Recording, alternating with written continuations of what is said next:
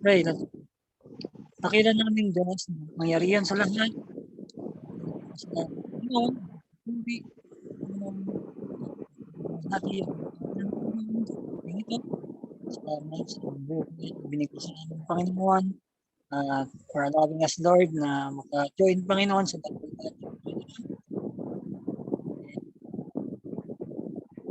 sa ating Panginoon, sa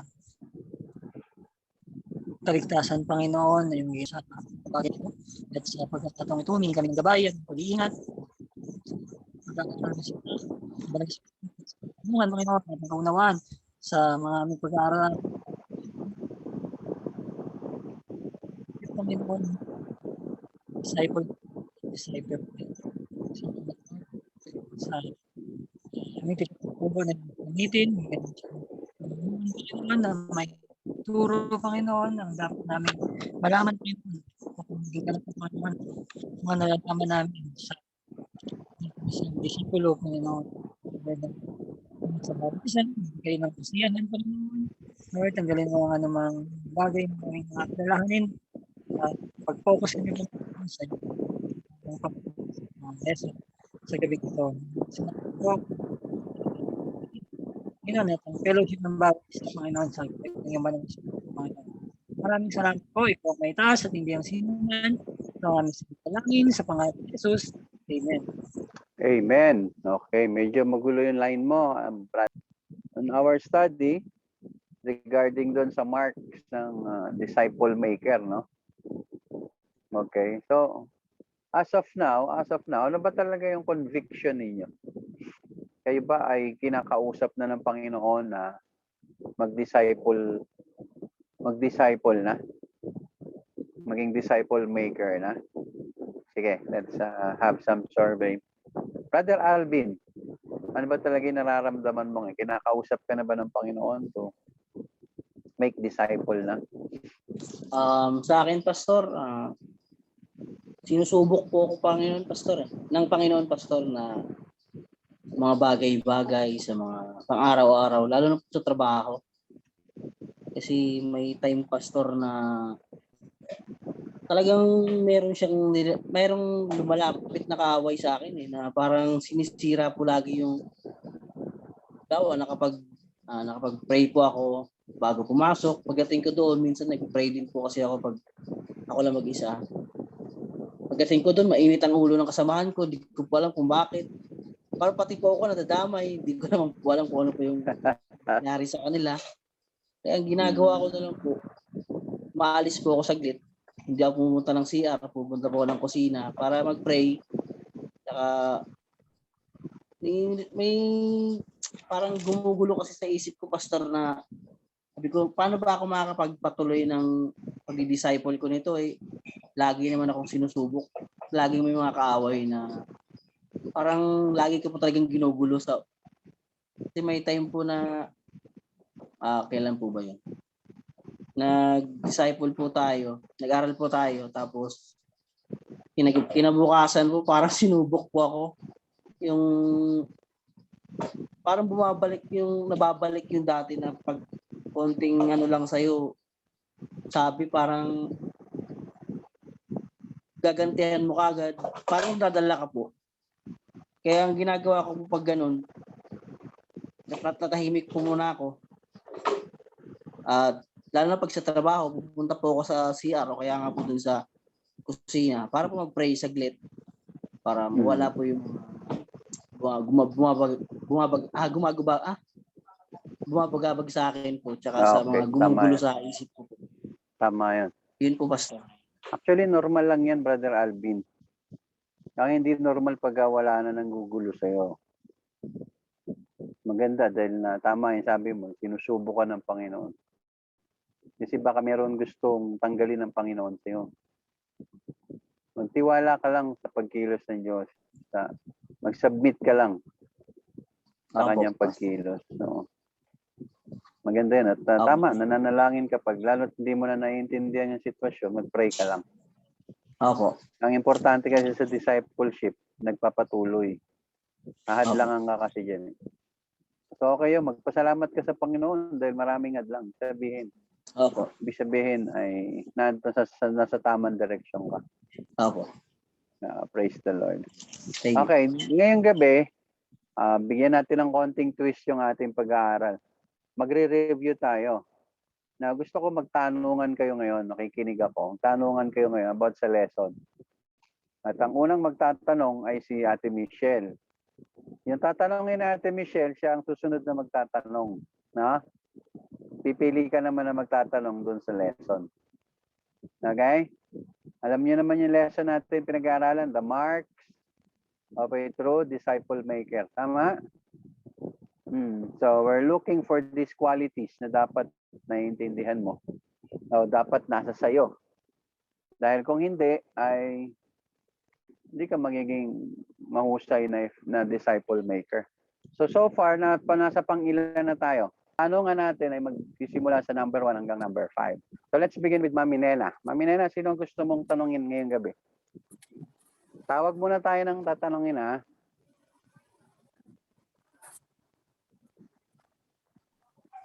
Hello, good evening.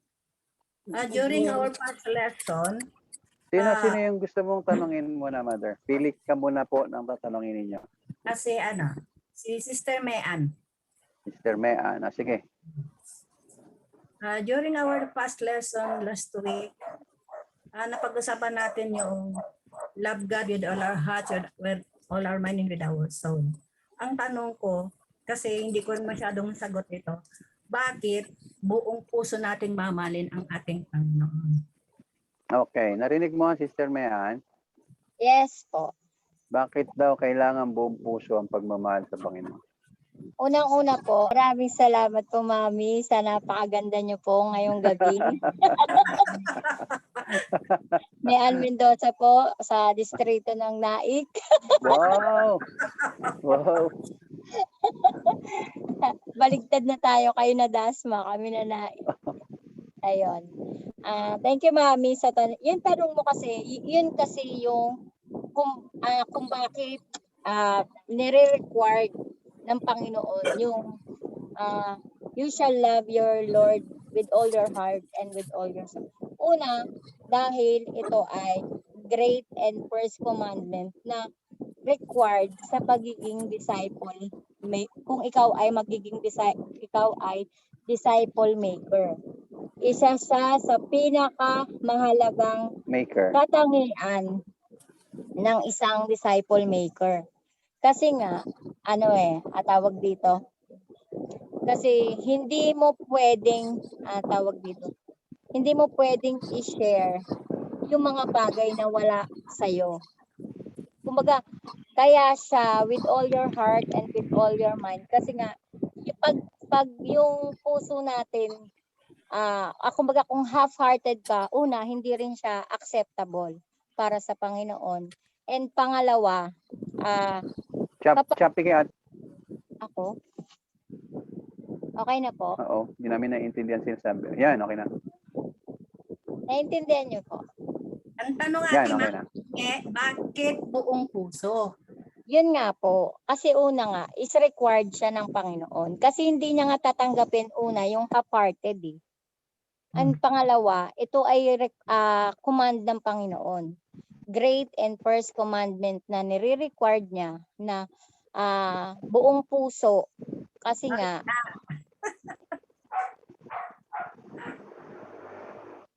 kapag hindi yung pagmamahal ng Panginoon, kumbaga kung hindi 100% yung love na ibibigay mo, madali ka mapapagod sa mga bagay na gagawin mo para sa Panginoon. Kasi yun yung magiging motivation mo eh. Yung kaya buong puso. Kasi pag kalahati, mabilis ka mapapagod, mabilis ka mananawa sa mga ginagawa mo at madali ka ring ma-sideswept ng mga bagay-bagay. Kaya nire-require ng Panginoon wholehearted. Yan po. Yung focus dati dapat 100%. Pastor, ikaw na po sumagot. Si Pastor. Tama ba, Pas? May na-satisfied ka. Pastor. Choppy ka, Pastor. Tanong ko. Wait lang. Hindi ko na. Sa number 3. Ano yung number?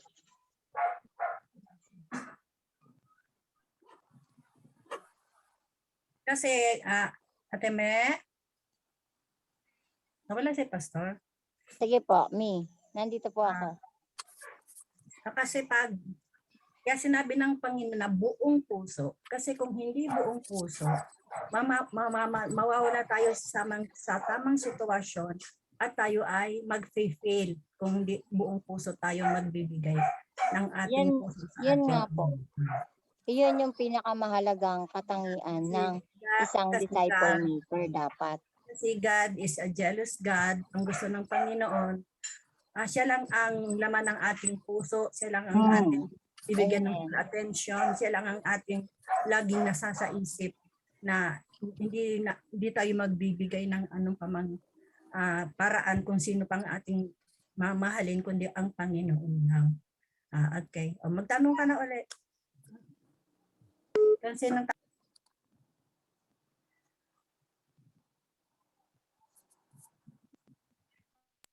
Deacon, ako may tanong ako. Kasi 'di ba, sabi doon sa pangilan ba 'to, yung a disciple maker is the one who involved in the life of his disciple. For example, yung dinidisciple mo, kumbaga, siya na yung pinagpe-pray mo. Kumbaga, siya yung binigay sa'yo ng Panginoon na may mga session na kayo, tapos tinataguan ka. Paano ka, kasi dito kailangan daw, sabi dito, a disciple maker is the one who involved in the life of his disciples. Paano mo paano ka makakapasok sa buhay niya or sa sitwasyon niya na tinataguan ka? Ano yung mga gagawin mo para masunod mo yung yung qualities or yung katangian dapat ng isang disciple maker? Halimbawa, sa social media, naka-block ka, kung talagang tinataguan ka, yung parang ganon. Paano mo i-approach yung ganong ano?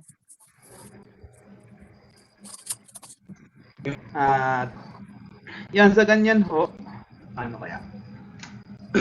Una kasi kung social media tinataguan ka, kailangan natin as a disciple nga, sabi nga is to involve. Kailangan maging puntahan natin siya kung maaari. Mag-set tayo ng time. Bibigyan tayo ng oras para puntahan siya and alamin natin kung anong kinakaabalahan niya. And magiging ang ano doon is tuturo natin kung ano yung tamang gagawin. Kasi kung nakita na si Jesus Christ, naisip ko na si Jesus Christ kung paano tinawag yung mga disciple eh. Pinausan niya, pinuntahan niya yung mga disipulo niya. Tinuran niya yung salita ng Diyos. Then, sumunod din ha. Paano kung pagtago din sa bahay? Pag tinataguan ka rin sa bahay, ganito. Medyo, yun yung magiging ano ko rin din, paano pag tinataguan din sa bahay pag pinuntahan mo. Ang pinakasagot ko siya pag ganyan, pag-pray mo na lang muna. Nagaganyan, tinataguan ka. And wag mo susukuan din. Kasi, ang motivation ba natin ginagawa yung una, gaya ng sabi nga kanina is, mahal natin ang Panginoon. Kaya, kahit na may ganung ugali yung dinidisciple natin kasi, hindi pa tapos yung Panginoon sa kanya. Kailangan natin gawin yung part natin na to be involved in them kahit anong mangyari.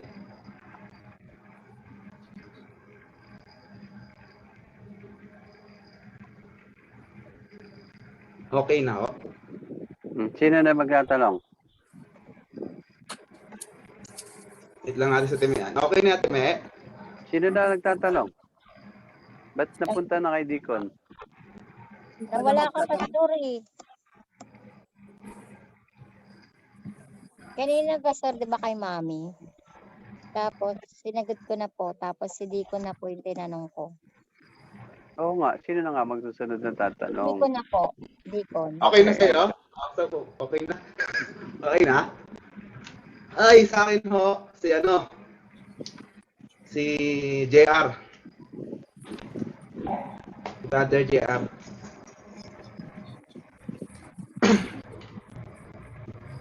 Go. Akin, bakit ganun kahalaga na kailangan natin? Read mo na ako? Dali lang po.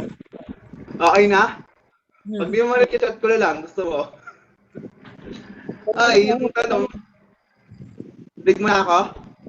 Hmm. Okay. Yung tanong is sa number 3.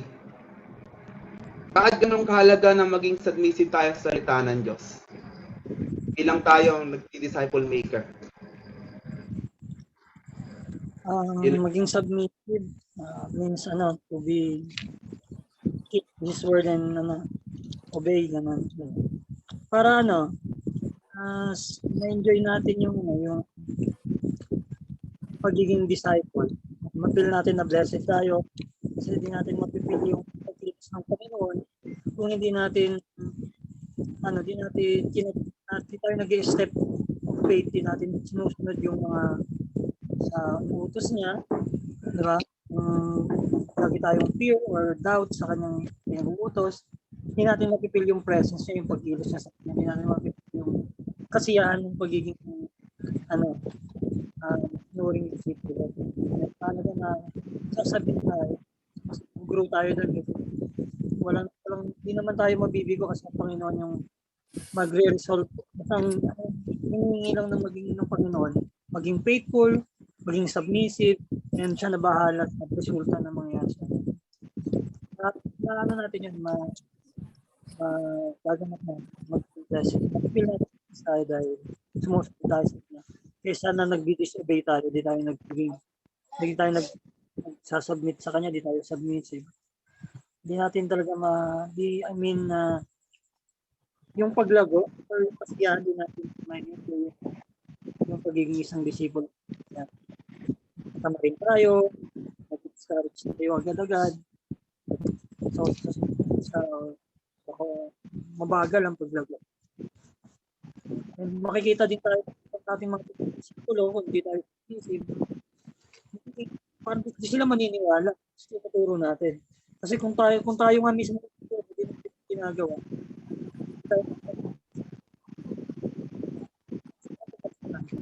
parang Mag-earphone ka kaya? Parang may electric fan.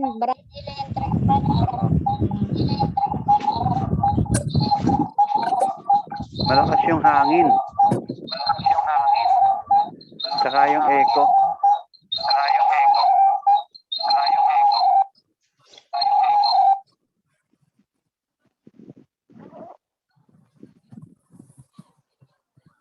Nakamute po kayo.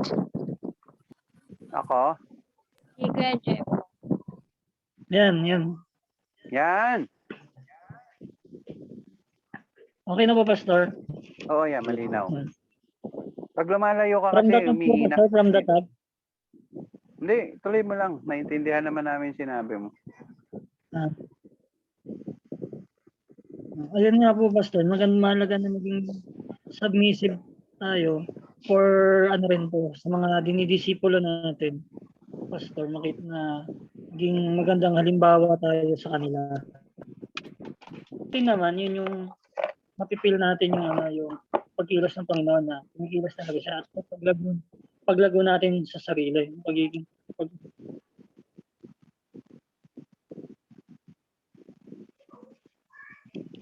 Naghang na. A question, JR. Sino gusto mong tanongin? Okay po. Kay Brother Alvin na lang. Brother Alvin. Sige. Brother Alvin po. Sige po, Okay, Brad. go. Ano pong tanong? Bro, ang tanong ko lang, bro, sa isang disipulo, paano, Brad, mute muna ng isa. May Mute katabi mo ka na ba isa dyan? kay Akin. yan po. Sa palagay mo, Brother Alvin, gaano kahalaga yung prayer? yung prayer sa mga dinidisipulo natin, halimbawa. Yung importance nun, Yun na po. Okay. pagdidisipulo. Yun na po yun, Brad. Yung Yun po yung prayer. Brad yung tanong. Bali, yung pinakatanong, Brad, paano yung, ano ba yun? Gaano kahalaga ang pag-pray natin sa mga dinidisipulo natin? Tama po ba? Tama. Para po sa akin, napaka-importante po. Kasi gaya nga po ng sinabi po ni Deacon, ay yung tinanong ni Ate Mayan kanina, kay Deacon na paano po pag nagtatago nga yung dinidisipulo. Para po sa akin, hindi na po kaya natin na hindi po natin kayang puntahan o hindi po natin siya mahagilap, pag-pray po muna natin siya. Kasi yun po ang kumbaga sa ano po, wala pong bayad yun eh. Pero yung pag-pray po natin, may sukli po yun. Lalo na, may sukli yun galing sa Panginoon. Kasi lalo na pag-pray mo ang isang tao, napakalaking bagay po noon. Kasi yun po ang pinakamahalaga, ang ipag-pray ang bawat isa. Lalo na po kung may ididisipulo ka na. Kasi kahit po na kahit gano'n po yung kasama, kahit gano'n po yung kakulit, kahit hindi man po yung makita, balang araw po, ang Panginoon po makakaalam yan. Magugulat na lang po tayo. Malaking pagbabago na po yun. Baka mamaya, mas magaling pa po sa atin. Yun po yung sa akin po. Okay, thank you. Sige, Brother Alvin. Sino gusto mong tanongin? Si Sister Madel po. Sir Madel. Sa akin na po sa Sister Madel, alam ko po medyo mahirap po sa atin to kasi sa trabaho, may pamilya. Ito po. Gaano kahalaga ang pag-invest ng oras para sa pag-aaral ng Panginoon? Para po sa inyo. Yun po yung tanong ko.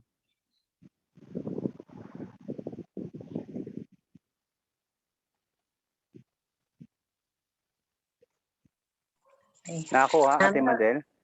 Yes po. Okay. Maraming salamat sa napakaganda mo. Katanungan mula sa iyo, Brother Alvin.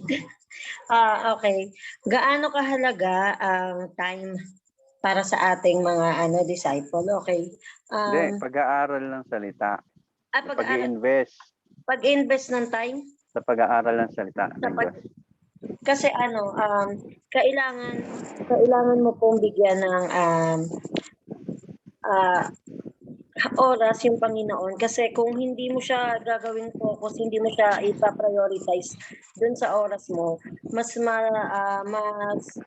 makukuha ka ng kalaban kasi parang may magiging kahati ka dun sa oras ng Panginoon. Kaya dapat sa pag-aaral ng salita ng Diyos, meron talaga tayo nakalaan na oras para sa kanya. And at saka nire-require din to ng Panginoon sa atin na magkaroon tayo di ba sabi niya sa salita, dili-dilihin natin yung pag-aaral ng salita ng Panginoon, kasi isa ito sa magiging foundation din natin para maging maging maayos na isang disciple maker. Kasi kung wala tayong oras na mag-aral ng kanyang salita, hindi natin alam kung paano natin paano tayo magdi-disciple. Baka yung katuruan na sinasabi natin sa kanila ay mali kasi hindi tayo nag-invest ng time sa pag-aaral ng salita ng Diyos. Okay, thank you. Sige. Salamat. Salamat, Ate Madel. Now, doon tayo sa number 6 naman. Okay, pakibasa mga Ate Madel yung number 6 na pag-aaralan natin. At gusto ko ikaw ang sumagot, Ate Michelle. Ate Madel, pakibasa yung number 6 hanggang doon sa question. Wala ka ba materials? Pinicturean ko na po. Sige. Dinaan mo sa pa-picture. Sige. Number 6. A disciple maker is one who is living a life of unconditional love for his disciples. Teka. Nasaan ka na ba? Number 6, a Baka na to. disciple maker is one who is Ay, practicing. tama Kasi ba? ito 5. A disciple maker is one who is Tama. an exemplary. Yung number 5 po, yung number 6, no? Sige. A disciple maker is one who is practicing an exemplary life for his disciples. Question na po agad. Hindi, basahin mo lahat. Ah, Baka magalit si Ate Michelle sa'yo. In John 13, verse 14 to 15, what was Jesus' intention in washing his disciples' feet? John 13, verse 14, if I then, your Lord and teacher, have washed your feet, you also ought to wash one another's feet. 15, for I have given you an example that you also should do just I have done to you. In washing the feet of these disciples, Jesus made himself as an example to them of what serving others was all about. Question: how important is our example if we are involved in disciple making? Sige. Sister Michelle. Of disciple making. Yun nga po yung ano ba yun? Important yung pagmamahal po. Kasi doon sa binigay na verse, yung sa John 13:14, kasi sa 14 doon na yung ang Panginoon nga, 'di ba, kung ako naguro at Panginoon ninyo ay hinugasan ang inyong mga paa, dapat ay ganoon din ang gagawin ninyo sa isa't isa. Yun doon ako kumuha ng kasi nga doon sa verse na yun dapat pag nag-involve na tayo doon sa dinidisipulo natin, dapat andun yung pagmamahal natin doon sa dinidisciple natin. Yan po. Pagmamahal ba yung pinag-uusapan doon? Sige. Tanong tayo ulit ng iba. Si Shannon. Question number 6. Ang question po dito is, how important is our example if we are involved in disciple making? So, ang pinaka-tinatanong dito is, gaano ka-importante yung magiging, yung walk natin sa buhay, yung example natin. Kasi yung verse na binigay po dito is John 13:14, wherein hinugasan ng Panginoon ni Jesus yung feet ng kanyang mga disciples. So, wait lang po, may tumawag kay mama. Again, ang example po doon is yung Jesus washing the feet of his disciples. So, pinapakita po dito na kung ano yung gustong ituro ng Panginoon, ginagawa niya muna para gayahin ng mga disciples niya. Ibig sabihin, tayo as disciple maker, dapat kung ano yung mga ituturo natin sa kanila or ano yung mga natututunan natin, nakikita siya sa buhay natin para yung mga dinidisciple natin ay makinig at maniwala doon sa tinuturo natin sa kanila. Dapat meron tayong commendable lifestyle, commendable ministry, na nakikita tayo ng mga dinidisciple natin na yung discipler ko, ganito yung ginagawa niya to enhance yung knowledge niya sa Panginoon. Nagbabasa siya ng Bible, ganito, ganyan. Dapat meron tayong iniiwan din na example sa kanila on how they can yung magkaroon pa sila ng progress in being a disciple.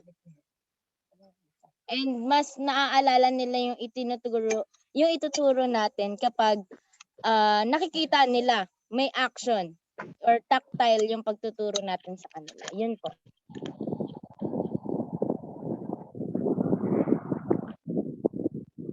Okay. How about you, Ate Shirley? Yung akin po is yung importante po siya na pinapakita po yung serving one and yung serving one another po doon na in example ni Jesus Christ. Kasi po yun kumbaga kung ano po kasi yung pinapakita natin sa dinidisciple natin, is yun din po yung gagawin ng disciple natin sa mga i-disciple po nila. Kasi kagaya po nung ginawa ng Panginoon, an example niya po muna yung gagawin na huhugasan po yung paa, and then yung next po na gumawa nun is yung mga disciple niya po sa bawat isa. Yun po. Bali, ano ba yung tinuturo na ni Jesus Christ doon sa kanila? Ano ba yung example niya? Sabi kasi dyan, for I have given you an example. Ano ba yung example doon ni Jesus Christ? Ate Shirley. Pagpapakumbaba po. Okay, pagpapakumbaba. Now, gaano kahalaga ang pagpapakumbaba kapag nagdi-disciple making ka?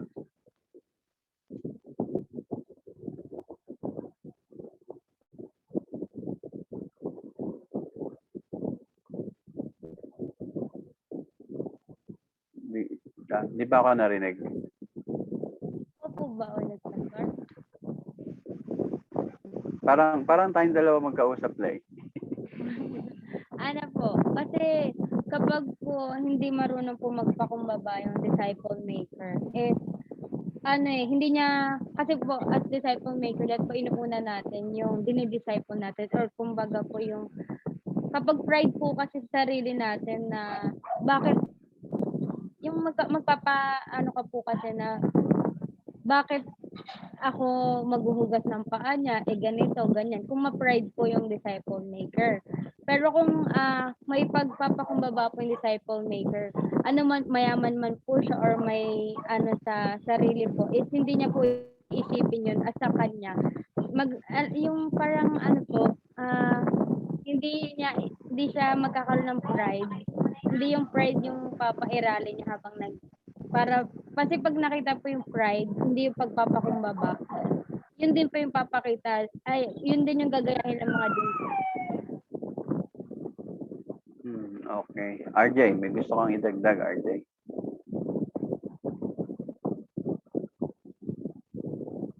Yun nga, Pas. Tama nga ba yung sinabi natin, Shirley? Maganda yung sagot niya. yung akin, Pas, syempre, napakahalaga po talaga ng pagpapakumbaba sa pagdidisipulo. Kasi ginawa nga ng Panginoon yun, di ba? Lumalakad tayo kay Kristo. Kaya ang Panginoon naging example na to. Kaya yun yung ginagawa ni Kristo, gawin din natin. Kasi kaya lumalakad nga tayo, di ba? Christ likeness, di ba?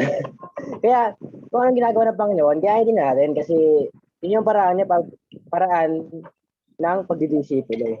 Diba? Para po pagdidisipulo is pagiging humble tsaka pagiging nga po, practicing yung humble. Okay, sige. Salamat.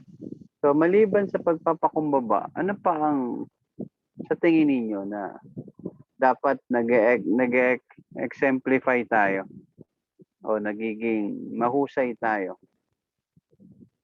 bilang mga disciple maker? Mary Ann. Sa po, Pastor? In serving others po.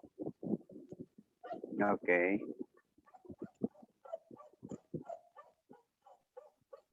Po.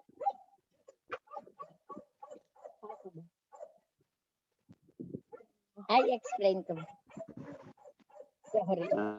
Yung po, yung... Malamig talaga. Oo, giniginaw. Yung sige. Bukod po sa pagpapakumbaba, kailangan din natin yung pagsiserve sa kapwa natin. Kasi yun yung example dito Na example nga si Jesus Christ as teacher, pero yun, pinakita niya doon yung hindi porket teacher ka, hindi mo to pwedeng gawin, hindi mo dapat walang anong tawag doon. Walang mataas o lang mababa. Halimbawa, ako yung ako yung teacher mo makinig ka lang sa akin. So dapat din, kumbaga balansehin din yung pagsiserve mo din sa kapwa mo. Dapat nakikita yun sa'yo. Yung dalawang yun, magkasama yun pagpapakumbaba at saka pag serve mo sa kapwa. Okay, sige. Ate Madel, bakit mahalaga yun na nagbibigay tayo ng magandang example sa mga dinidisciple? Para po tularan din po tayo nung ng dinidisciple natin kasi kung ano po yung makikita nila na ginagawa mo, yun din po yung magiging produkto mo doon sa magiging disciple mo kasi kung nakikita po nila na ang katulad po ng mga nakaraang mga example na ikaw po yung nagtuturo tapos hindi ka po nag-obey dun sa salita ng Panginoon. Yung magiging produkto mo po doon sa disciple mo is magiging katulad din po na hindi sumusunod. Okay, sige. Okay, number 7.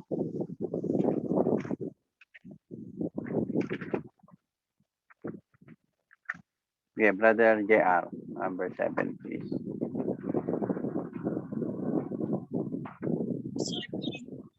Maker is one who is living life. Ano po yung audio niyo? Number 7, disciple maker is one who is living a life of unconditional love for his disciples. How does Paul express his love for the Thessalonian believers in Thessalonian? Brother JR, First- medyo magulo yung linya mo. Humihina, lumalakas.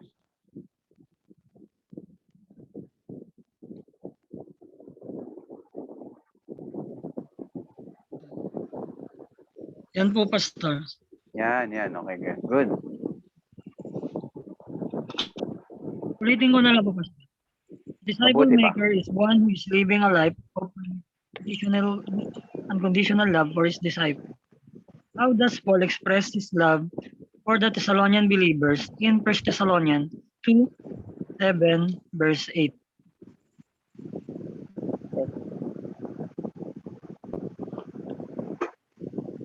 Thessalonians 2, verse 7. But we were gentle among you, like nursing mother, taking care of our own children, so being affectionately desirous of you, we were ready to share with you not only the gospel of God, but also our own selves, because you had become very dear to us. We find Paul expressing his unconditional and sacrificial love for the believers in Thessalonica. Question: how important is showing love to our disciples if we are involved in disciple making? Okay, Mami, ikaw ang pwedeng pakisagot, Mami.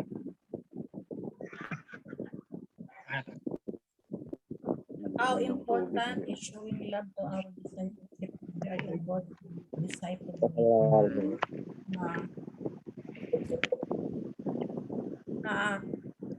Napaka-importante po sa isang disciple maker ang conditional love. Yung pag-ibig, tunay na pag-ibig sa dinidisciple. Para maranasan niya, maramdaman niya na siya na napaka-importante niya sa iyo. Sige. Dapat kaya mo siya sagutin doon sa pangangailangan niya, maramdaman siya na importante siya, na may halaga siya sa iyo, na iingatan mo siya, bigay mo sa kanya niya na matuto. Kailangan unconditional love na hindi mo siya titingnan kung ano at kung sino siya.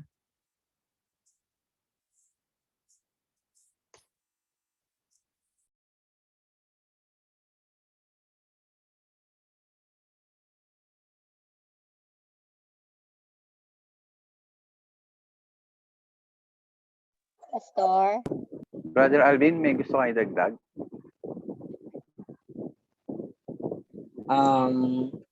How important is showing love to our disciples if we are involved in disciple making?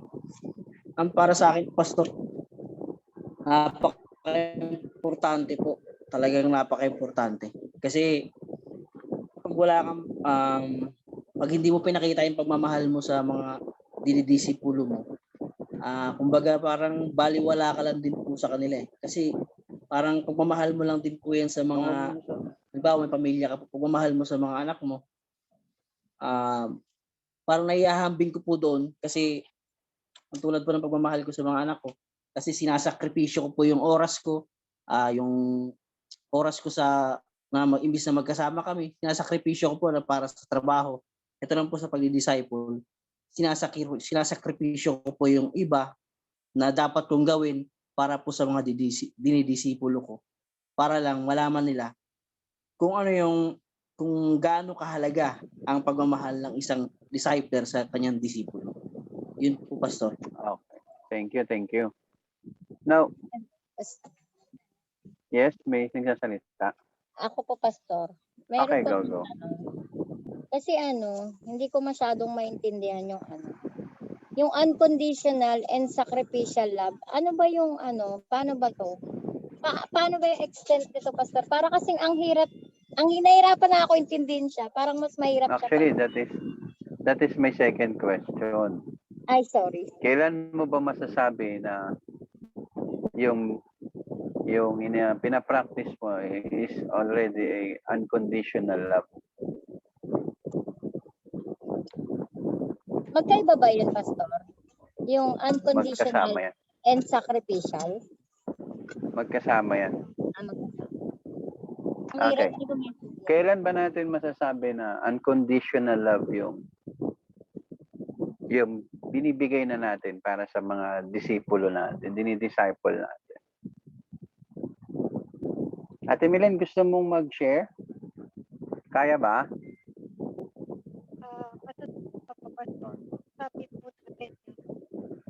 Choppy ka, Ate Milen. Mahina po. Mahina.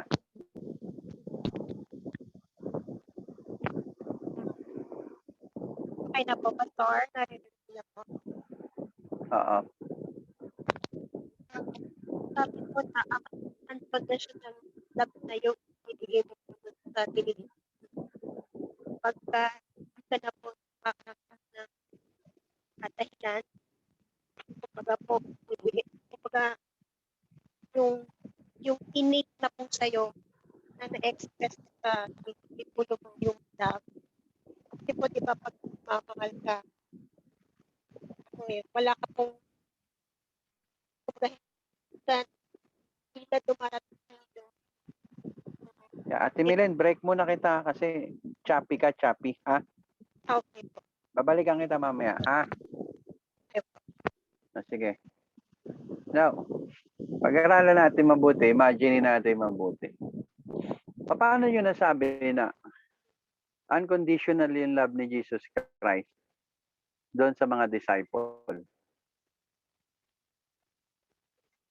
Sige, Ate Michelle, paano mo nasabi na unconditional yung love ni Jesus Christ sa mga disciple?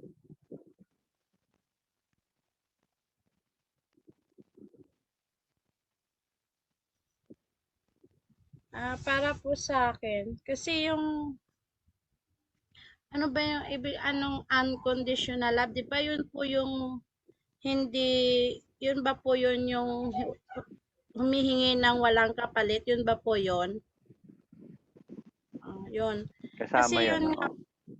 yun nga po, kasi doon nga, yung sa nag-ano din ako doon sa natin Miana, unconditional tsaka sacrificial. Yun nga po na, 'di ba, pag mahal mo yung dinidisciple mo, dapat magkadikit yung sacrificial doon sa dinidisciple mo po. Kasi kung walang sacrificial na ginagawa mo, hindi mo hindi mo mapatuloy yung pagdi-disciple mo. Yun po, dapat magkasama yun eh. Kaya ka nagsa-sacrificial dahil mahal mo yung dinidisciple mo. Hindi ka humihingi ng kapalit at saka ipaubaya mo. Lahat gagawin mo. Yun yung sa akin. Lahat gagawin mo. Sige ha. Mag-isip nga tayo ng ginawa ni Jesus Christ sa mga disciple. Kaya masasabi natin ang conditional love Yung nag-example ni Jesus Christ. Ate Banji, may natatandaan ka?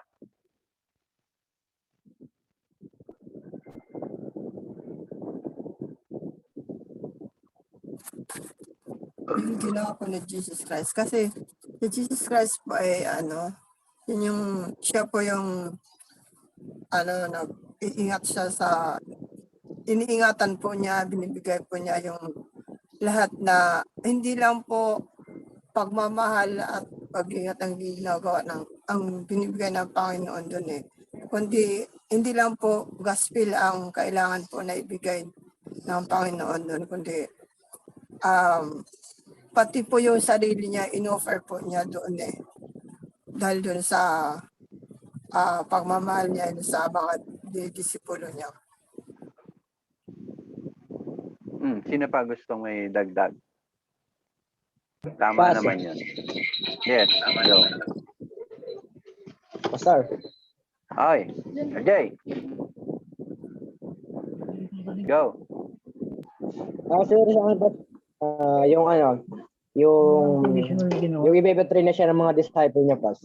Kasi siya, Ano na? kilala niyo na i-betray siya. Yung mga Dahan-dahan disciple, lang. Nagmamadali ka ba? Dahan-dahan lang. Diba? Dahan-dahan. Hindi kita maintindihan ito siguro yung yung pinakita ni Jesus Christ yung kanyang unconditional love sa siguro kapatawad sa mga disciples niya. Kasi di ba alam mo naman na nag-betray sa kanya si Judas. Well, andun yung unconditional love niya. Andun yung pagmamahal niya pa rin sa kanyang mga disipulo. Pati yung kay Pedro Pas. Dahil mahal niya yung kanyang mga disipulo. Mahal niya pa rin to kahit na pinagkalulo na siya. Yun na, Pas. Okay, sige. Deacon, meron kang gusto idagdag? Pastor? Pinakita Ano yun, niya, Deacon? pinakita niya ang unconditional love niya po is kahit na alam niyang yung mga disipulo niya in times nanghihina and tawag ito. Tumalikod nga sila, yung bumalik muli sila sa dating buhay nila. Pinakita pa rin ng Panginoon pagmamahal niya ni-restore niya pa rin yung mga disipulo niya. Yung mga pangailangan nila, pinuhubay niya. Tulad Kahit na. mga pagkain, gaya ng feeding of the 5,000 lang. Pati 7,000. Doon niya pinubay lahat. Pati yung mga kahit 9 times may mga kagaya ng pagaling din siya. Tinuruan niya pa rin mga disipulo dapat nilang gagawin yung hindi lang papagaling yung sinaniban na bata. Okay, sige. Meron pa ang gustong magdagdag? Pas. Sige, go. Di ba pas yung sa gitna sila ng dagat, di ba kasama mga disipulo yung kasama ni Jesus Christ? Di ba po si Jesus Christ kahit alam ko mahal sila ng Panginoon, pero 'di ba sinubok sila ng Panginoon yung faith nila doon? 'Di ba yung lumakas yung may bagyo Pas? 'Di ba? Ng Panginoon, sinubukan sila kung hanggang saan yung faith nila sa Panginoon. Kasi kasama na nila yung Panginoon noon Yan po. Okay. Sige. Sino pa? Sa akin po. Sige, go. Sino ba? Ako po. Go. Yun po siguro, yung magkasama, unconditional at saka sacrificial, nung pinako si Jesus Christ dun sa cross. Kasi yun nga, sacrificial siya kasi, and unconditional love kasi na ayaw ng Panginoon na mapunta tayo sa impyerno. Kaya dahil siya yung, anong tawag dito? Kasi siya nga yung God of love. Pinakita niya doon yung example ng unconditional and sacrificial love. Hanggang kung kumbaga kaya niyang ibigay yung buhay niya para sa mahal niya. Parang ganun din sa atin as a disciple maker. Hanggang ang tawag dito, hanggat kasundo mo lang ba yung disciple mo, pag pikon ka na, hihinto ka na. Kumbaga hanggat hindi ka pa hindi pa ang tawag doon yung kumbaga kung wala ka pang sinasacrifice, kumbaga yung hanggat hindi kumbaga sa salitang kalye parang hanggat hindi ka pa nasasaktan para sa iba, hindi pa yon love, hindi pa yon sacrificial and unconditional love. Yun po. So, yun, tama. Kailan mo masasabi na sacrificial na yung love? Ano na ba yung ginagawa mo para masabi mong unconditional na yung love?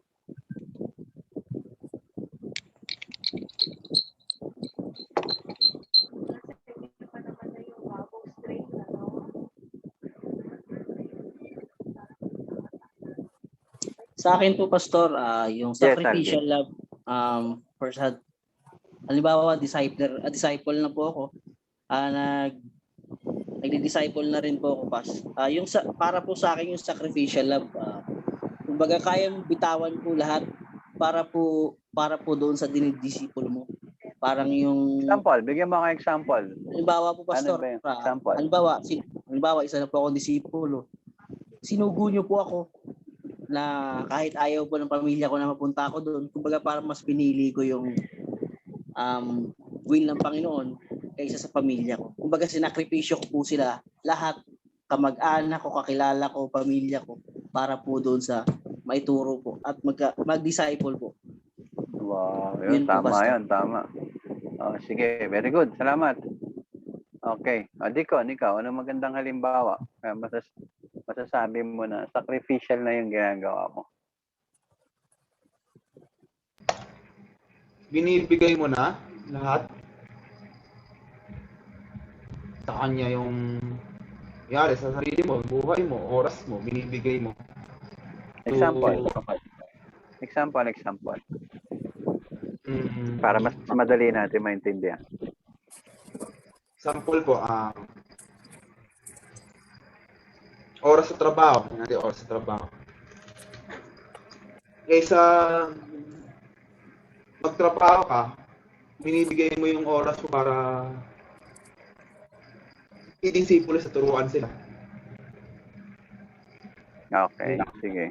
Sakripisyo na sa'yo yun, gano'n. Sige. Sino pa gusto magdagdag?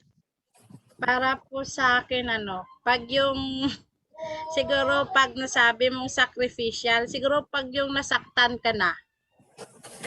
Okay, sample. Kasi gaya nga ng Panginoon nasaktan yun, di ba?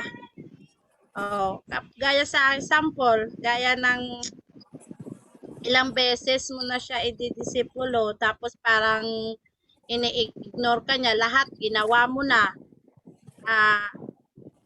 hindi pa rin siya nakikinig sa'yo. Siyempre, parang ikaw yung nagdidisipulo, parang binabaliwala niya lang, parang masasaktan ka nun kasi hindi niya ina-appreciate yung ginagawa mo.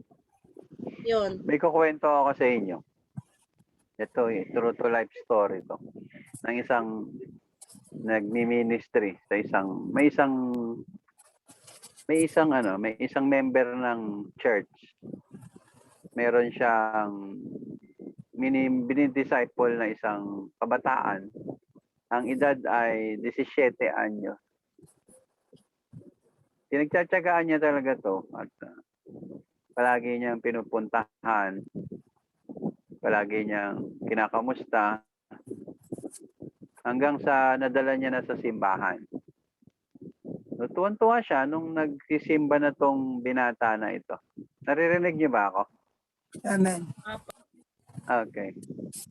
Now, nung may isang buwan na nakakalipas, hindi niya na nakikita sa simbahan tong dinidisciple niya. So, binisita niya isang araw dun sa bahay nila. Kinamusta niya. Ayun na, papabarkada uli, bumalik sa mga barkada. dahil may problema sa pamilya nila sa loob ng bahay. So, pinapayuhan niya to na mag-aral ng mabuti, binibigyan niya ng pamasahe, papasok sa eskwelahan. At isang araw nakita niya nagsimba uli, bumalik uli sa simbahan tong binata na to. Lumipas ang isang buwan uli, tuloy-tuloy nagsimba tong Then isang araw, napansin niya, hindi na isang linggo, wala na naman sa Sunday service. So nagdesisyon siya na pagtapos ng service sa gabi, pupuntahan niya uli doon sa bahay nila. Now, pagdating doon sa bahay nila, ang inabutan lang nung disciple maker na to ay yung kapatid. Pinapasok siya sa bahay ng kapatid. At habang nagkukwentuhan sila, nag-ring yung telepono ng kapatid. At may nagsabi sa kanya na pumunta ka rito. Yung kapatid mo may atraso, may problema. So iniwan niya yung disciple maker doon sa bahay nila at pinuntahan niya yung kapatid niya, inaanap niya. Na pagkalipas ng kalahating oras, dumating itong dinidisipulo niya. Yung damit may mga dugo. Tapos may hawak siya na panaksak. Kutsilyo na may dugo. Ngayon tinanong niya, ano nangyari? Sabi niya, Brad, disgrasya ako, napaaway kasi ako, nasaksak ko. Puro dugo. Ngayon, itong nagdi-disciple medyo kainaman na rin ang edad, nasa 40 mahigit na. Alam mo ang ginawa nitong disciple maker? Hinubad niya yung damit nung dinidisipulo niya. At ipinalit niya yung damit niya. Pati yung short na suot, pinalit niya. Pinasuot niya yung pantalon. At sinabihan niya yung bata na umalis ka na. Ito, binigyan niya ng 5,000 piso, sabi niya. Umalis ka na at magbagong buhay ka. And then, maya-maya, nandiyan na yung pulis. Ang inabutan doon sa bahay, yung disciple maker. Nawak-hawak yung kutsilyo at saka yung damit na duguan. So, inabutan siya ng pulis sa ganung sitwasyon. Siya yung hinuli. Sa madaling kwento, siya yung nakulong at inamin niya lahat ng nangyari. Nakulong siya. Alang-alang doon sa kanyang disipulo. Now, that is an example of sacrificial love and unconditional love. Yan yung sabi ni Brother Alvin kanina na yung kaya mong ibigay ang lahat para sa kanila. Okay. Pero siguro sa atin, di naman tayo darating sa ganong sitwasyon. Pero pwedeng mas mabigat pa doon ang maging hamon sa atin sa pagdidisipulo. Alang-alang lang sa pagbabago na hinahangad natin sa mga taong dinidisipulo natin. Ang bottom line dyan, ang tanong, hanggang kailan mo kayang ibigay ang sarili mo para sa kanila?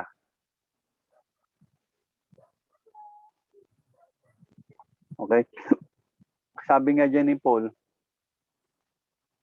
being affectionately desirous of you, we were ready to share with you not only the gospel of God, but also our own self. Kasi baka may pananaw tayo na ang discipleship is all about lang sa pagtuturo ng ebanghelyo ng Diyos. At sabi ni Paul yan, even also our own selves. Maging ang kanilang mga buhay, kanilang mga buong sarili ay binahagi nila dun sa mga tao dito sa Thessalonica. At ang mga taga-Thessalonica ay mga buhay na patutuyan. Kaya makikita mo si Paul, Bibiyahe yan ng pagkalayo-layo para lang marating yung gawain doon dahil may naghihintay ng magtuturo ng ebanghelyo. Ilang beses siyang na-shipwreck alang-alang sa panawagan ng Panginoon upang abutin ng mga tao doon sa pupuntahan niyang lugar. Ilang beses siya natuka ng ahas, ilang beses siyang na-shipwreck. Those are example of sacrifices. Even the Lord Jesus Christ, no? Alang-alang sa gawain ng kaharian ng Diyos. Naglalakad siya ng malayong lugar. Nagugutom, naiinitan, napapagod. Hindi nagrereklamo. Nagmamahal kahit hindi pinapalitan ng pagmamahal ang mga ginagawa niya. Well, let us say mark of a disciple maker. Living a life of unconditional love. Madali lang kasi sabihin yan eh. No, pero sana alam mo yung extent. Hanggang kailan ko kayang ituro ang ebanghelyo at ibigay ang aking sarili. Nakita niyo may underline dyan sa material. Not only the gospel of God, but also our own selves. Ano yung dahilan niya? Because you had become very dear to us. That's unconditional love. Okay? Madali bang pumunta doon sa Thessalonica? Galing ka ng Judea, galing ka ng Jerusalem, galing ka ng Antioch. Napakalayo niyan. Persecuted, may death threat, pero sabi ni Paul, wala nang halaga sa akin ang sarili kong buhay. Yun, yung bang kaya mo naman sabihin na, no, parang, yung buhay mo is parang dang na lang o walang kwenta. Alang-alang sa pagdidisipulo, sa pag-iibanghelyo. Yung pag-iibanghelyo kasi dyan is pagdidisipulo. Kaya yun ang magandang tanong na iwan natin sa sarili natin. Hanggang kailan ko kayang mabuhay o ipamuhay yung unconditional love para sa mga disipulo ko? Kasi mahirap niya pag napagod tayo, ayaw mo na eh. Ilan lang kayo mo dati. Nagsimula tayo dito sa fellowship na to, ang dami. But look at, where are they now? Eh kung sa training pa lang, pag-aaral pa lang, hindi ka na makasabay, hindi ka na makatagal, huwag kang mag-expect na magiging mabuti kang disciple. Kasi wala kang kayang isakripisyo eh. Hindi ka magiging mabuting disciple maker.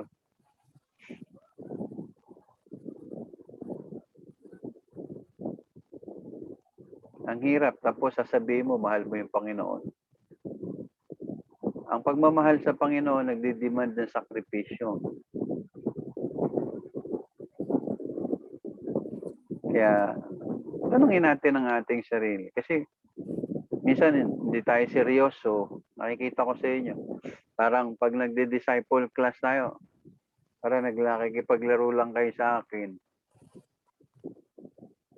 No, parang hindi ninyo siniseryoso yung mga aralin. Na parang wala tayo mga insight na natututunan. Well, it's up to you. Kasi nga, kaya nga ito tinuturo ng Panginoon para i-mold ka. This is the making of a disciple maker. Kaya ang title nga. Ano nga yung title ng lesson natin, Madel? How? Okay, ito mo nga. Title lang ng may, natin. Hindi mo na nga alam agad. Kaya mahirap talaga pag ganyan. Di ba nagreklamo? Eh, kasi hindi ako magaling mag-memorize. Well, yun yung mga sacrifices na gagawin mo. Ang tinawag kasi ng Panginoon, tandaan nyo, ang tinawag ng Panginoon na maglilingkod sa Kanya ay hindi magagaling.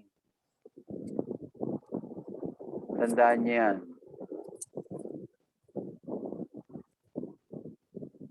Upang ano daw ang layunin ng Panginoon? Upang makita ang kapangyarihan ng Diyos sa kanila. Kaya ang tanong, hanggang kailan ko kaya magsakripisyo? Kung pag-aaral pa nga lang natin, hindi ka na makatagal. Paano pa yung ugali ng mga disipulo na ibibigay sa iyo ng Panginoon? Kanina may mga tanong. Paano pag pinagtaguan ka? Ano gagawin mo? Di magtago ka rin para parehas kayo. Nagtataguan kayo ngayon.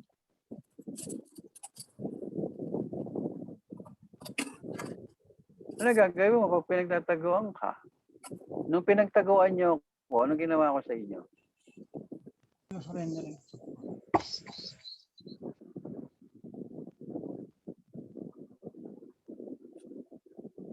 Di ba, Deacon? Noong mga panahong iniisnab-isnab mo ko, kapatid, ano ginawa ko sa'yo? Meron ba akong ginawa sa'yo?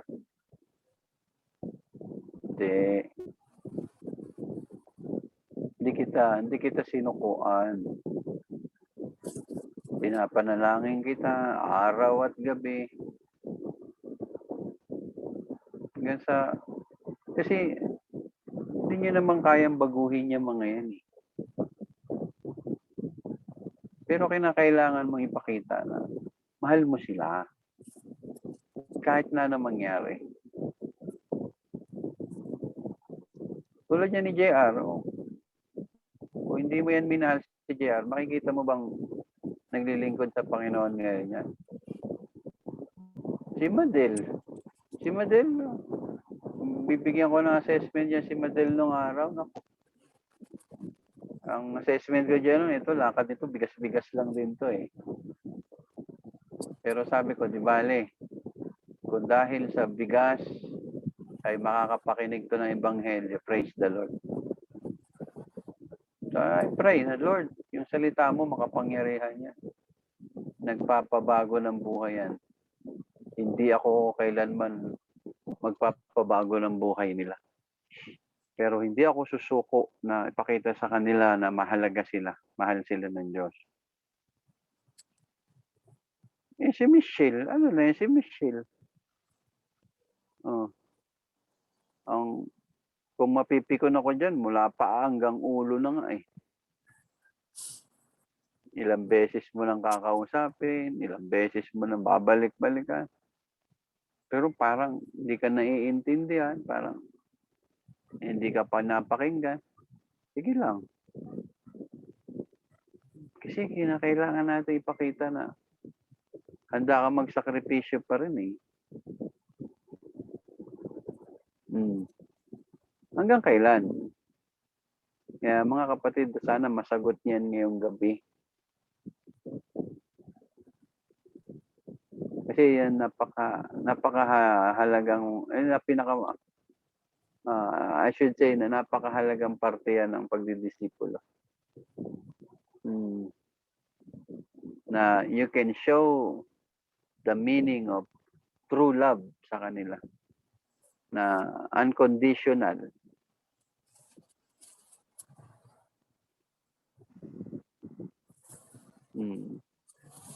So yun talaga. Kasi wala namang nagmahal na hindi nasasaktan.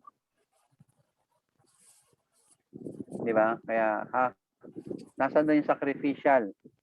Yung sacrificial doon, habang nasasaktan ka, nagmamahal ka pa rin.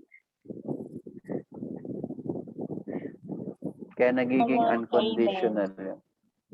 Kaya nagiging unconditional yun.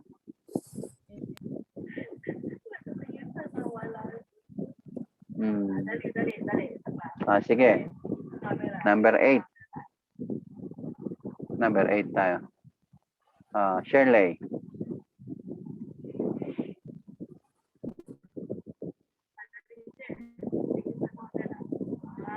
May materials ka ba, Ate Shirley?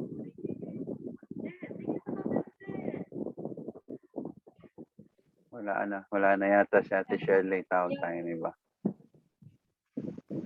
Yun, si Ate Julia. Ate Julia, ikaw, number 8.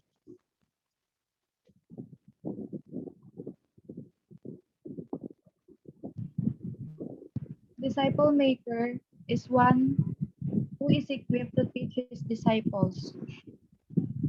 As a part of making disciples, what did Jesus tell his disciples to do in verse 20 of Matthew 28? Matthew 28, verse 19, go therefore and make disciples of all nations, baptizing them in the name of the Father, of the Son, and of the Holy Spirit, teaching them to observe all that I have commanded you, and Yung behold, ingay I am with mo. you to the end of the age. The word teaching means to learn by instruction, and the purpose of teaching is obedience. Question: how important is teaching the Word of God if we are involved in disciple making? Ba't walang sound? Nakamute ka po, Pastor. Di ko narinig si Pastor. Okay, Ate Kleng, ikaw ang magsagot. Pakiulit mo yung question, Julia.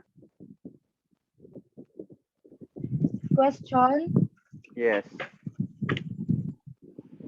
how important is teaching the Word of God if we are involved in disciple making?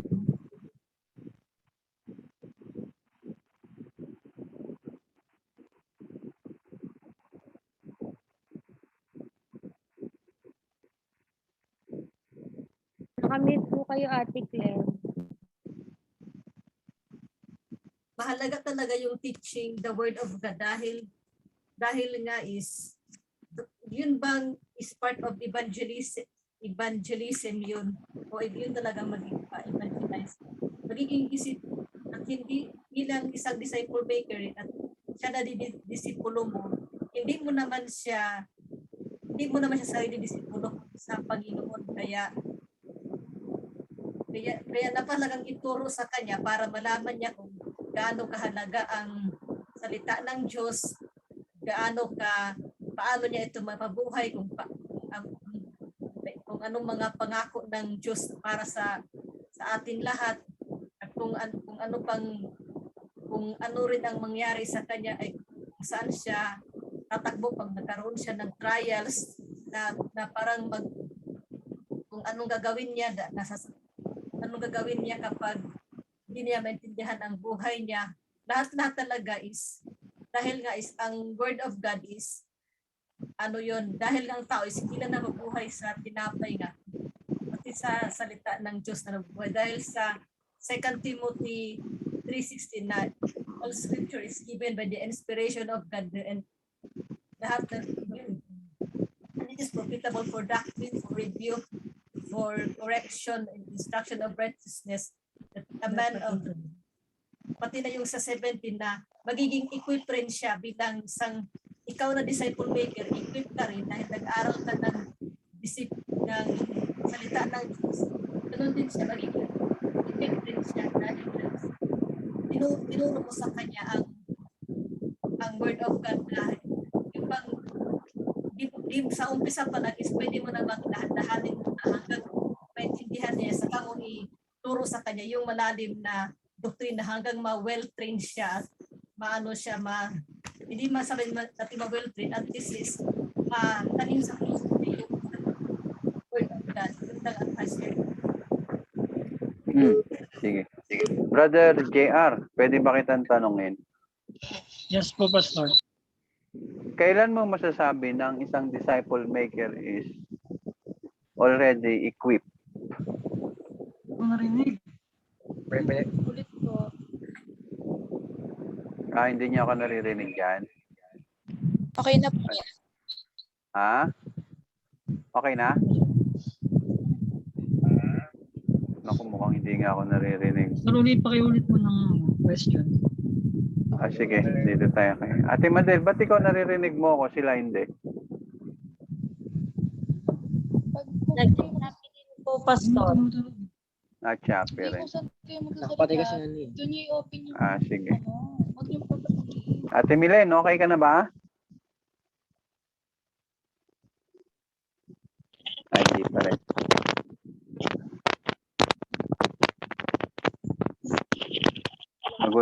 Magulo pa rin yung line mo.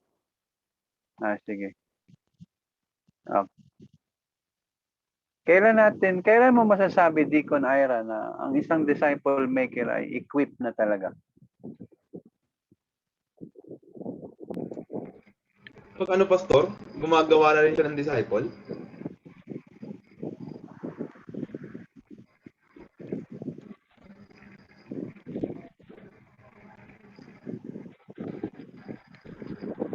Sige, salamat. Ate Banji, ikaw?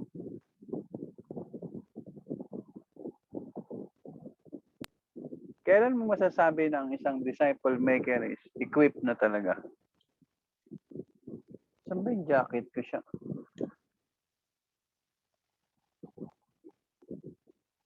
Kamit ka po, Mama Vange. Ay, hindi rin ako naririnig ni Ate Banji. Sige, hanap tayo iba. Brother Alvin, kailan mo pwedeng sabihin na yung disciple maker is equipped na talaga? Or ready na talaga to make a disciple? Kapag po, Pastor, nagawa niya na po lahat. Yung mula sa 1 hanggang 8, lalo na po yung pag-dedicate niya, Pastor. Wala po dyan. Sige, salamat, Brother Alvin. Ikaw, RJ, naririnig mo ba ako dyan, RJ? Yes, Pastor. Sige na, Pastor. Kailan mo masasabi na ang isang disciple maker ay equipped na talaga? Nagbabasa ka ng Biblia eh. Nagkakaroon ka na, nag-invest ka ng time. Siguro, ito na yung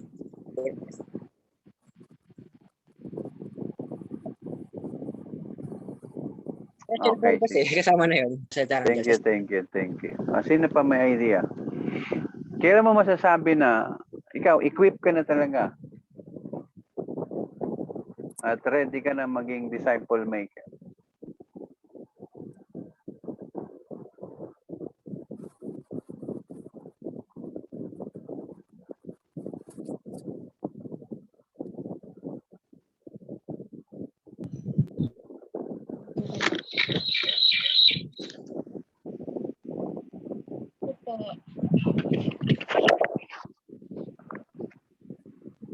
Yun po sa akin naman pag malalaman mo po na equip mo na siya para mag-disciple maker po. Kapag sa every na pag-attend niya ng mga ministry is lahat ng tinuturo doon is nagagawa niya na, or ayun nga, lahat ng characters na meron yung isang disciple, dapat meron na siya doon nagagawa. And dapat makikita na rin sa kanya yung love niya para sa Panginoon, kasi doon nagsisimula yung lahat yung pagsunod mo sa mga command.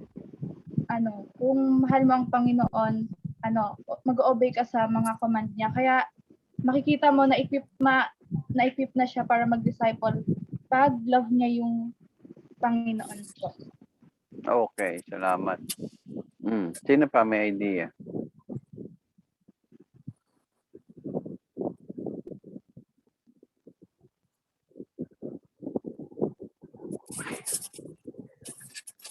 Pag sinabi bang equip, ano ba yung katangian niya para masabi mong equip na siya to teach his disciples?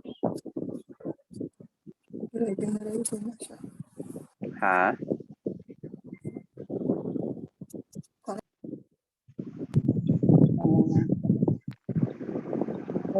Alam mo na yung kanyang kasi sa akin yung pag sina-equip, yung pinakamahalaga doon, obedient ay yung pagsunod eh. Kasi yun minsan doon napapalpak yung obedient po para po sa akin. Pag-equip ka na. Pag equip ka na, obedient ka na. Yes, dapat lahat nung nasabi nga, ibig sabihin lahat nung utos ng Panginoon, dapat yun mismo sa buhay mo, dapat magagawa mo yun eh. Kasi makikita din yun sa'yo pag magdi-disciple ka eh. Paano kung may nakikita sa'yo na... Sige. Tama. Sige. Pastor. Intindihin niyo mabuti yung number 8. Basahin niyo nga uli yung number 8. Sabi naman. Sige, sabay-sabay. Basahin niyo. I-on niyo lahat ng microphone niyo. Pag hindi niyo kasi naintindihan yung tanong, talagang hindi kayo makaka-arrive sa tamang sagot. Sige, tingnan muna natin number 8. Ano ba yung pinag-uusapan natin? Go, sige, pakibasa niyo. Sabay-sabay, begin. How important? Number 8, number 8. A disciple maker honest Equip to teach. So, paano mo masasabi na equip siya to teach? Ano ba yung katangian na meron? Ibig sabihin, Pastor, sige, ano masasagot? Ibig sabihin, Pastor, yung teacher, alam niya na yung ituturo niya, gamay niya na kung ano yung dapat niyang ituro doon sa kanyang pagdi-disciple. Okay. Paano siya may equip to teach? Ang akin po is kapag equip po siya, una-una kapag baptized na po siya, and kapag sumunod po is yung rightly dividing the word of truth po, kapag consistent na po siya nagbabasa ng Bible and nag-o-obey po and kinikip yung sinasabi po sa Bible. And also po kapag kasi makikita niya po dun kung ano po pinapagawa ng Panginoon. Yung sabi nga po, teaching them whatsoever I have commanded you. Kung ano po yung command sa'yo, syempre, yun din po iti-teach mo doon sa... Okay, maganda idea. Sige, para makakuha na. Sabi ni Jesus Christ yan, teaching them to observe whatsoever I have commanded you. Okay. Ano daw ituturo nila? Whatsoever I have commanded you. So, paano sila na-equip?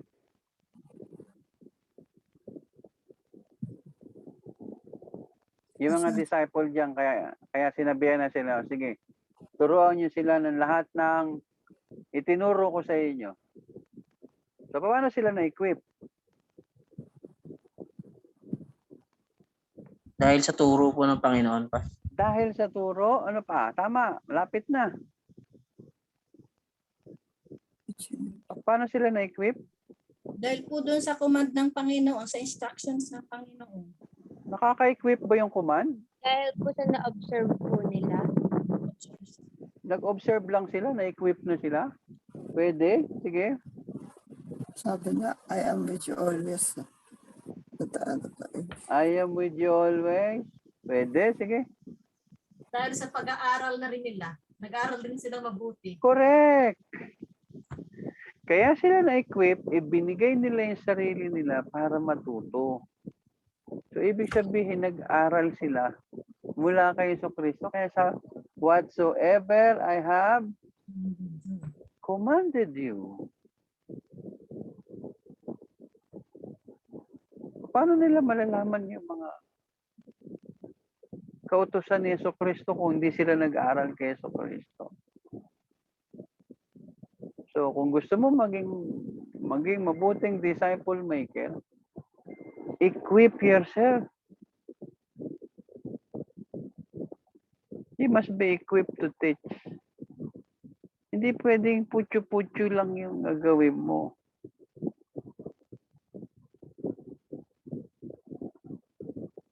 Equip. Ibig sabihin na equip, talagang kargado na, well-trained na. Kaya nga sabi ni Jesus Christ, ano dyan? Teaching them to observe all that I have commanded you. For 3.5 years. Nag-aral sila mula sa kanilang guro na si Jesucristo. Hindi lang sila nag-aral, sumunod pa sila.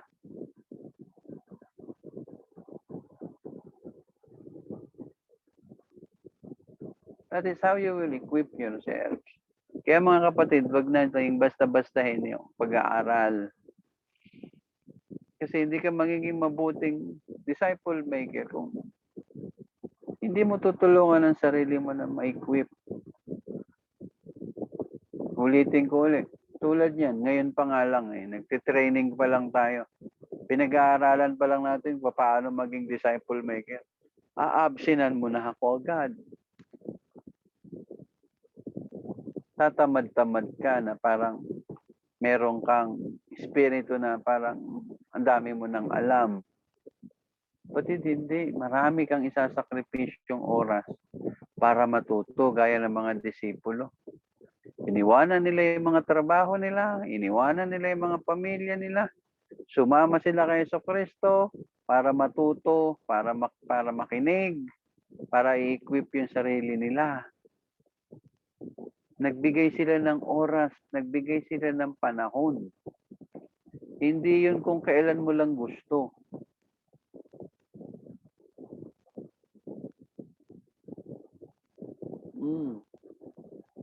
That is the emphasis of equip. Ayan, sabi lang, the word teaching means to learn by instruction and the purpose of teaching is obedience. Nakita niyo yung goal? Tuturuan niyo sila ng mga katuruan at ang magiging produkto nito ay pagsunod. Paano sila matututo at susunod kung hindi mo sila tinuturuan ng maayos? Dahil lang, hindi mo binigyan ng panahon ang pag-i-equip sa sarili mo.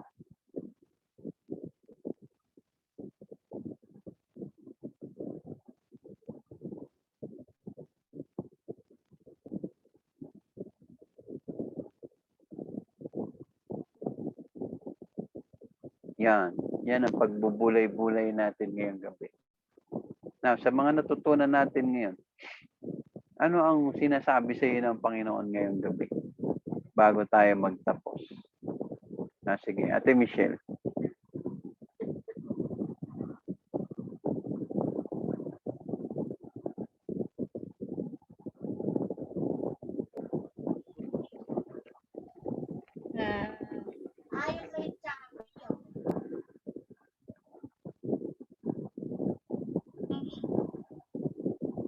Natutunan ko po, yun nga po, dapat bago ako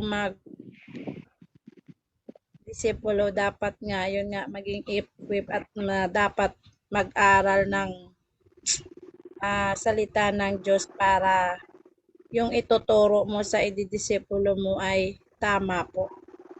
Saka dapat at maging masigasig ka sa pag-aaral ng salita ng Panginoon. Dapat bigyan mong time talaga ang pag-aaral ng salita ng Panginoon. Yun po yung aking dapat pag-aaral, pakikinig, lesson para po sa sunod. Akin. Yan po. Kasi hindi lang head knowledge ang equipping. By head knowledge and by experience, dapat natututo ka na i-equip mo yung sarili mo. Kasi sabi ko nga sa inyo, disciple making is not, hindi lang napapaloob ang pagtuturo. Naroon din ang pagpapasunod.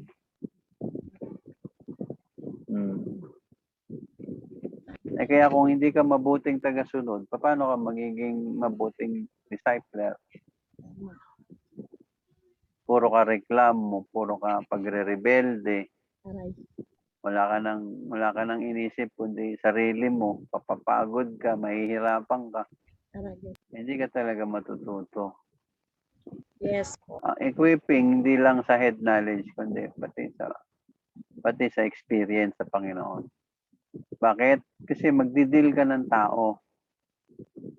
Magdidil ka ng tao na hindi mo lang tuturuan para matuto, kundi tuturuan mo rin kung paano siya susunod. Ito ang pinakamahirap gawin. Madali lang magturo, pero magpasunod ang pinakamahirap. Kasi sa lahat ng ayaw ng tao, responsibilidad. Parang kayo lang yan eh. Wala naman ako ibang example kundi kayo. Parang kayo lang naman yan. Natutuwa kayo na natututo kayo. At proud naman ako na natututo kayo. Minsan, yun na lang ang konsuelo ko sa buhay. Baling wala akong maraming pera, basta natututo yung mga kapatiran. Pero nakikita ninyo, ilan sa inyo ang sumunod?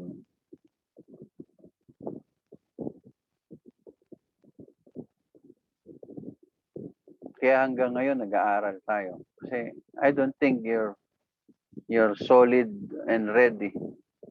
Hindi ko pa nakikita sa inyo yung pagsunod eh.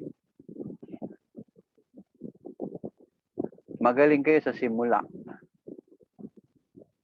Pero pagka sinubok na, pagka may problema na, talanganin na, mag-isa na naman si pastor.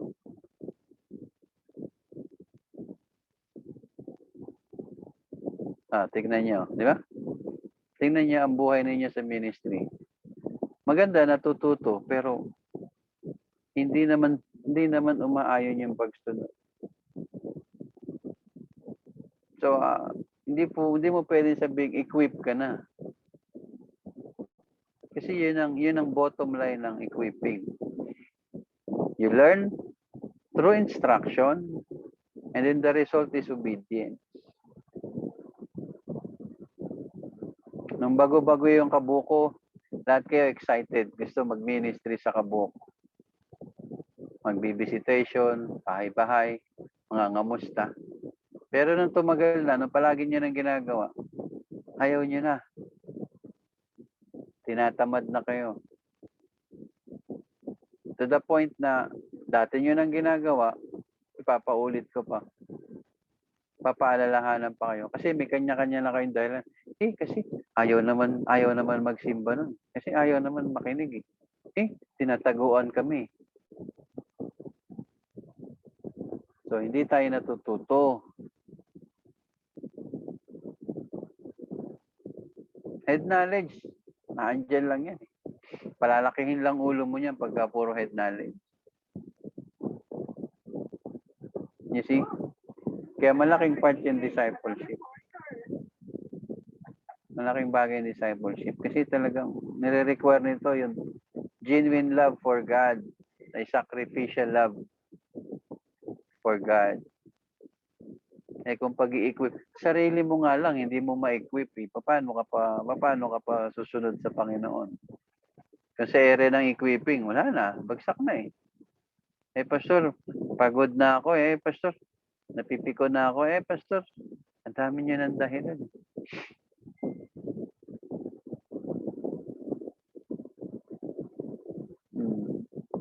Kaya napakahalaga ng equipping. Si Jesus Christ, dinil niya lahat yan dun sa mga disciple. Si Peter, reklamador din yan si Peter. Pero mainit at mapusok. Ito nyo, minsan tinanong ni Pedro ano yung pinaka-worst na question ni Peter kay Jesus Christ na natatandaan nyo? Hindi niya na natatandaan. Ano yung tinanong ni Peter kay Jesus Christ? Mapaalala ko sa inyo. Sabi ni Peter, siya rin yung nagsabi kay Jesus Christ na, you are the Christ, the Son of the living God. Pero isang beses, hindi ko alam kung anong naisip ni Pedro. Bakit tinanong niya si Jesus Christ ng ganito? Panginoon, ngayon, iniwan ko ang lahat. Sumunod ako sa iyo. Ano ngayon ang mapapala ko? Yan din ang problema sa atin. Na hindi tayo na-equip ng gusto kasi kung minsan nakafocus tayo sa mga blessing, sa mga mapapala natin sa Diyos pag sumusunod tayo. Pero paano kung ang pagpapala is blessing in disguise? Diba kinanta ni Julia dati?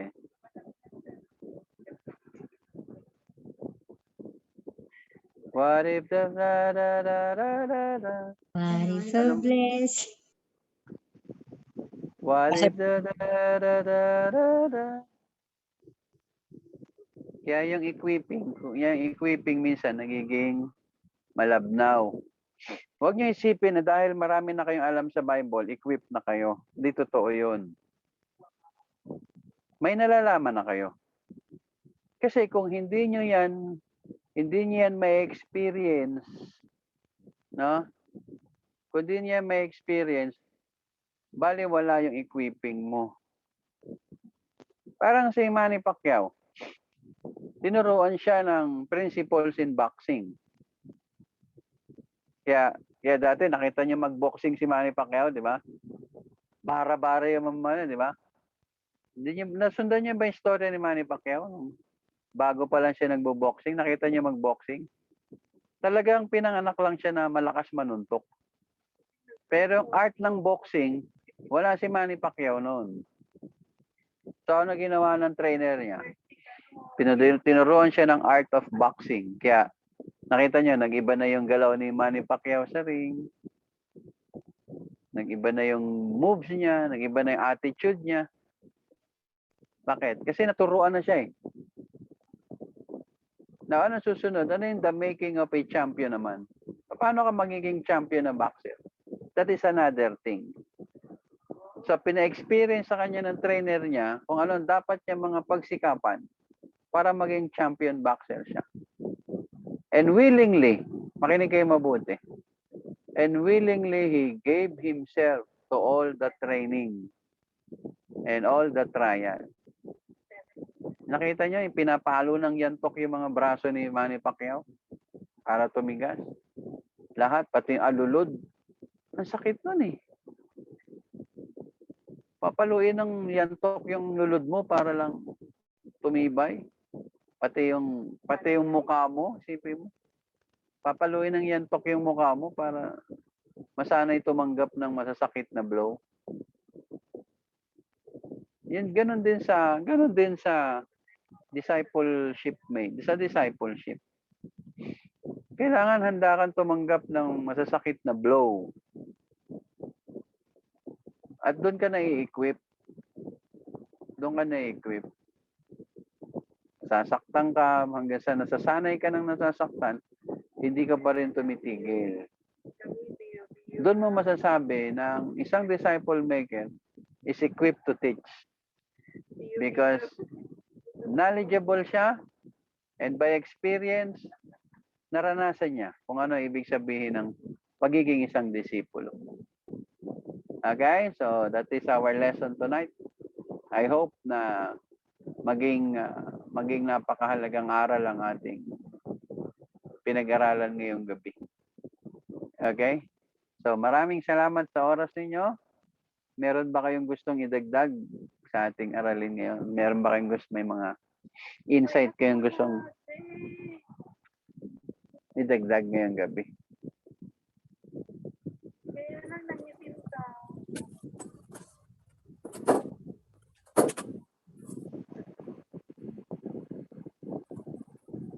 Wala naman.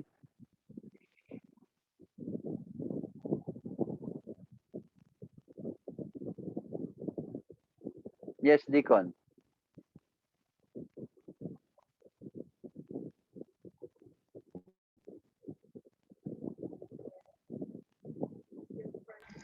Wala na akong kausap. Nantok na ba kayo?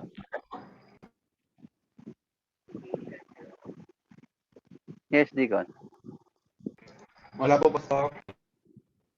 Wala. Pastor, Yes. Sino to? Brother Leon po. Ay, Brother JR. Sige, go. Di ba, Pastor, ang disciple making ng disciple, ano yan? Diba? Ha? Napuputol ka? Lifetime po yung pagiging pagdi-disciple. Pastor, Oo. lifetime po. Totoo yun. Bakit? Ba't mo na itanong, Brad? Bawal ko Pastor, kunyari, meron kang disciple. But, nauna lang yung katulad nun pa sa una, medyo nakikinig siya.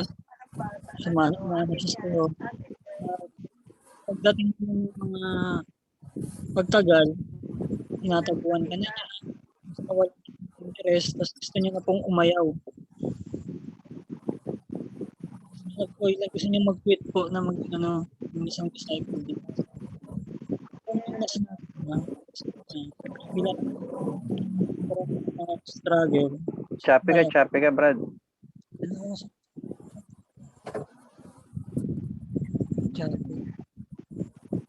Line ko, Pastor, parang siya, I mean, meron bang chances na pwede mo siyang Pastor?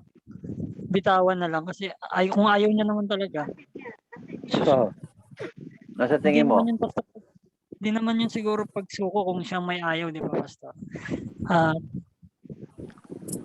Pray na lang pag-pray na. Kilala mo si Judas? Kilala mo si Judas? Opo, Pastor. Alam ng Panginoon sa simula pa lang talagang Judas yun. Opo. Ano ginawa ng Panginoon kay Judas? Ayun, Pastor. Hinayaan niya lang, tinutuan niya pa rin ng tinuro. Sa tingin mo, gusto ni Judas yung ginagawa niya? Yung sumusunod siya sa Panginoon? Sa pagkakalam po, Pastor, hindi po talaga. Ilang gawain sa gospel? Kung nagbasa ka ng 4 gospel, ilang ministry ang nasusulat dyan sa gospel na nandun ang mga disipulo pero hindi nababanggit ang pangalan ni Judas? Dami, Pastor. So sa tingin mo, sinukuha ng Panginoon si Judas? Pinalayas ba? Never po. Tinakwil ba ng Panginoon si Judas? Never po. Pero nung bandang huli, ano yung binulong ng Panginoon kay Judas? Gawin mo ang nararapat. Tama? Opo. Okay. Naman ang point doon.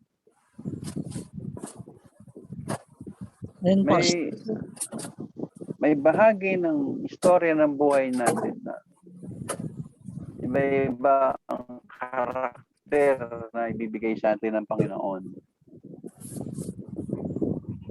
Alam mo kasi, kung nilagyan sana ng marka ng Panginoon at tinatuan sana ng Panginoon lahat ng ililigtas niya, wala sana tayong problema ngayon, malaki. Tataas mo lang yung damit ng tao, makikita mo na yung tatak, ito, didisipuluhin ko to. Liligtas to ng Panginoon. Pero hindi ganun eh. Kaya hinihingihan tayo ng pagsasakripisyo at pagmamahal. Dahil sa huli, tuto pa rin ng Panginoon kung ano ang plano niya dyan sa tao na yan. Ang point ko, bakit ko ginawang halimbawa si Judas? Kasi maging si Judas man ay may importanteng role sa istorya ng sandaigdigan.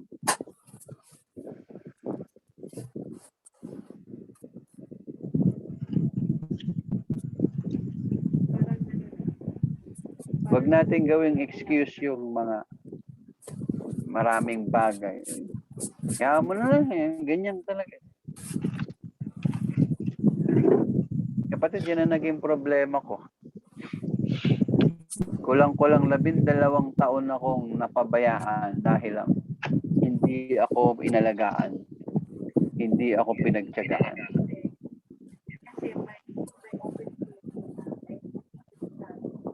May bumibisita sa akin, ay kita nila yung takbo ng buhay ko, painom-inom, padalag-dalag. Pero walang naglakas loob na may nagyaya sa akin umupo at pagtiyagaan ako, mag-Bible study tayo. Kailangan mo mag-aral uli na, bumalik sa salita na ito. Kaya ako yung eksaktong picture na sinasabi mo, Brother Edward, na kung may susukuan ka, ako talaga yun. Eh, wala naman, pariwara na yan eh. Addict yan eh, lasenggo. Hindi ako binibigyan ng oras. Tipi mo, nakakabangga niya na ako sa kalsada. Bangag ako. Pero, yun nga tinatawag, sinasabi sa pinag-aralan natin. Asan yung conditional love? Hanggang kailan ka magsasakripisyo? Kasi, magre-reflect uli yan dyan yung sakripisyo ni Jesus Christ. Hindi ka rin naman kamahal-mahal. Kahit sino sa atin dito ngayong gabi. Hindi ka katyaga-tyaga. Kahit sino dito sa atin.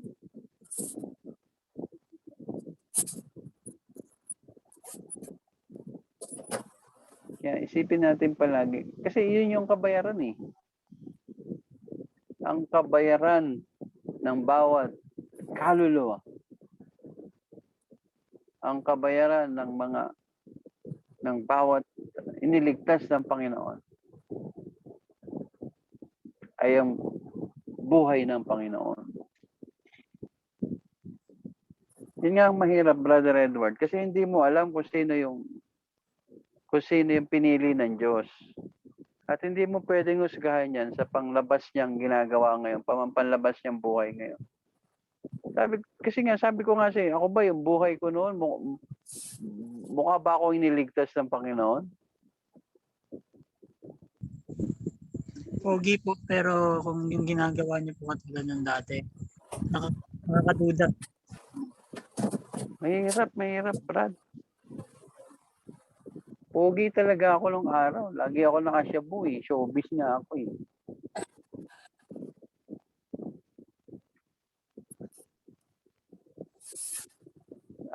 Sabi ko nga sa'yo, ako yung tipo ng tao na pwede mo nang husgahan na hindi naman panlangit yan. Walang hiyayan eh.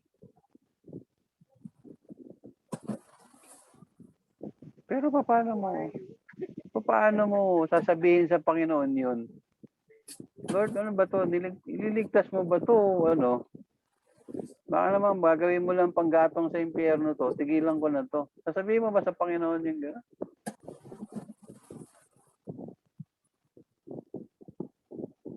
Kaya, alam niyo, tigilan niyo na yung paggagawa ng mga excuses. But embrace the truth, the fact that you are called to make disciples, no? Living a life of unconditional love for your disciples. Doon yung nagiging unconditional. Tulad ni Brother Julian.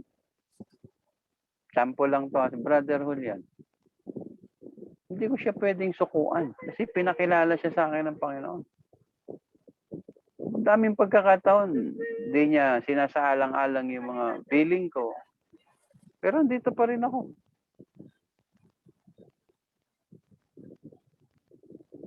Kasi hindi ko alam kung ano plano ng Panginoon sa kanya. Pero ang utos sa akin ng Panginoon, make disciple. Ano ba yung scope nun? Of all nations.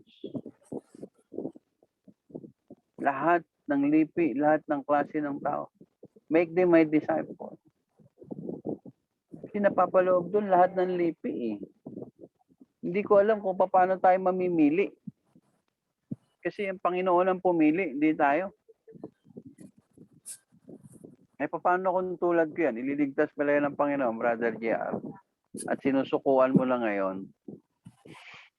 Sa tingin mo, nagkamali ang Panginoon nung ibinigay sa iyan? Ako yun ang aking laging pananaw. Hindi nagkamali ang Panginoon nung pinakilala sa akin ito ng Diyos eh. Bakit pinagsangayon landas namin ito eh?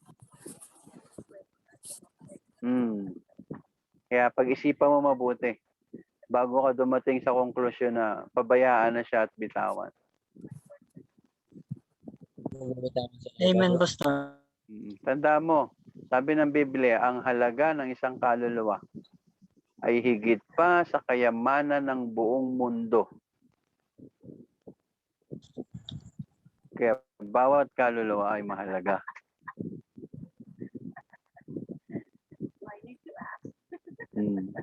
Although hindi lahat makakarating sa kaharian ng Diyos, pero business na ng Panginoon yun.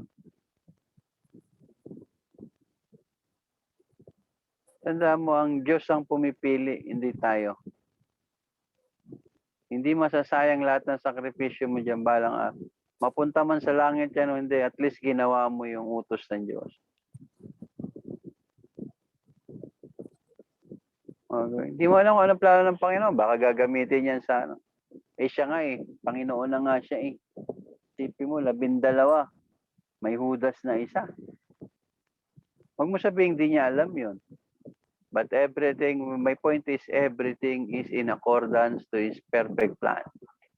Tanda mo, there is the doctrine of predestination. Now, ano ang pagkakaiba ng predestination sa election? Ang election ay nagpapatungkol sa kaligtasan ng tao, sa pagpili sa kaligtasan. Ang predestination is a branch of election which deals with all the activities of men. So every minute, all the activities of men are all predetermined according to the foreknowledge of God. Kaya walang nagkataon na nangyayari sa mundong ibabaw. Everything is predetermined act of God. Kaya kung may binibigay man sa iyo ngayon, pasaway at nagsasuffer ka, well, praise the Lord. Kaya sabi ng Panginoon, in everything, give thanks.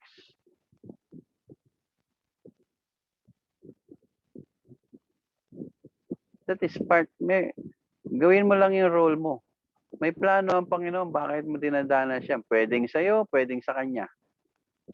O pwedeng sa inyong dalawa. Yun ang hindi ko na kayang ipaliwanag sa'yo. Kasi hindi naabot ng kaalaman ko yun.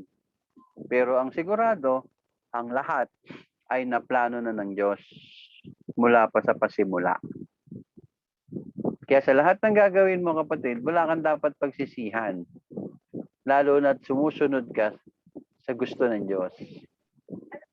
Sino ba yung sinasabi mo si RJ? Huwag mo sukuhan niya si RJ. Kahit ganyan lang itsura niya, matatanggapin sa langit ng Panginoon niya pagka pinili yan. Kahit pas pumunta siya ng Pangasinan, takbuhan niya ako. Oo. Isipin mo, ako nga nakarating pa ng Saudi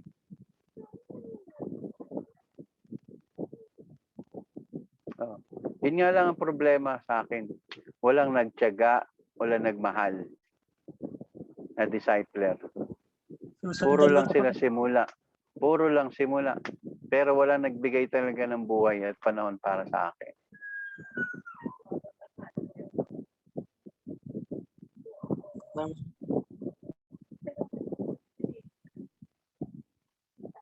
Kayo ng Panginoon, tayo ay magwakas sa panalangin. Tayo mo kung lahat. Panginoon naming banal, Diyos naming makapangyarihan sa lahat. Ikaw na may akda ng lahat ng karunungan at nasa iyo lahat ng kapangyarihan, Panginoon. Kung kaya't kami ay kakaroon ng lakas upang ganapin at maunawaan ang iyong salita sa tulong ng Banal na Espiritu Santong tagapagturo.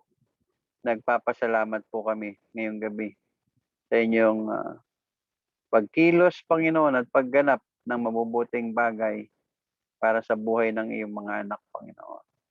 Kaya ngayong gabi, Lord, ay nawa may pagpatuloy namin ang pag-aaral ng iyong salita sa mga susunod na araw, O Diyos, hanggang sa tayo magkita ng mukhaan, Panginoon. Masumpungan mo kami na nagiging tapat at masigasig na mga disipulo, Panginoon. Salamat po, Panginoon, at pag-iwahiwalay niyo po kami na dala ang pagpapala ng kapayapaan at kasiyahan mula sa banal na Espiritu Santo na sumasa amin. Kaya maraming salamat po. Pagkalooban niyo rin po kami ng masayang pagpapahinga hanggang sa pagharap namin sa iyong regalo ng bagong umaga.